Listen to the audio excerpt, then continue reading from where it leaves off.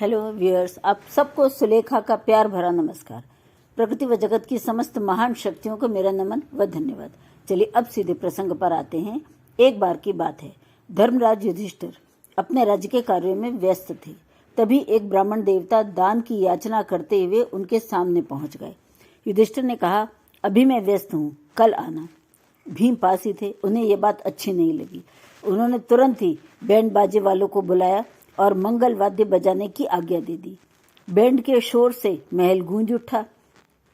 बिना कारण बैंड का शोर सुनकर युधिष्ठिर स्वयं बाहर आए और सबको शांत कर भीम से इसका कारण पूछा। भीम ने कहा, महाराज, आपने काल को भी जीत लिया है, इसीलिए हम ये उत्सव मना रहे हैं।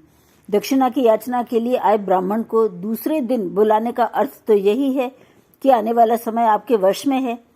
युधिष्ठिर को तुरंत ही अपनी भूल का एहसास हुआ और उन्होंने उसी समय प्रतीक्षारत ब्राह्मण को सादर आमंत्रित कर सत्कार किया, तब विदा किया।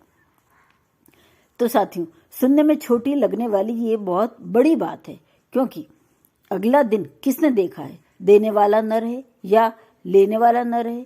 अगर कुछ अवांछनीय घट जाए तो देने वाला नुकसान में रहेगा, क्योंकि देने का एक खूबसूरत मौका उसने खो दिया है।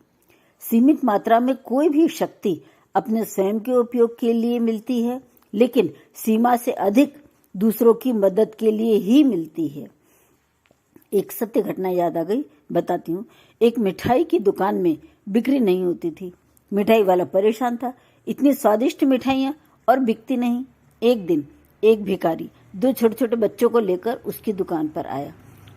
उसने बच्चों के लिए थोड़ी सी मिठाई मांगी। मिठाई वाले को क्रोध आ गया, एक तो बिकती नहीं और तुम्हें भीख में मुफ्त चाहिए। कम से कम 15 किलो मिठाई बिक जाए तो तुम्हारे दोनों बच्चों को मुफ्त दे दूंगा। गरीब सामने ही पेड़ के नीचे बैठ गया और वहां बैठकर 15 किलो मिठाई बिक जाने की प्रार्थना करने लगा। 15 दिन बीतते बीतते मिठाई बिकना शुरू हो गई। जैसे ही 15 किलो मिठाई बिक जाती, वो दोनों में मिठाई भरकर गरीब के दोनों बच्चों को दे देता। अब वह समझ चुका था कि गरीब की प्रार्थना भगवान ने सुन ली है और बच्चों के भाग्य से ही 15 किलो मिठाई जल्दी बिक जाती है। तो साथियों, आपने देखा कि कौन कब कहाँ कैसे किसके भाग्य का पाता है, ये हम नहीं जानते।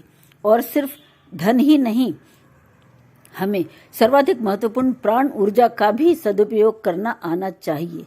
इसके लिए नट शेल में आपको प्राण ऊर्जा का सिद्धांत बताती हूँ।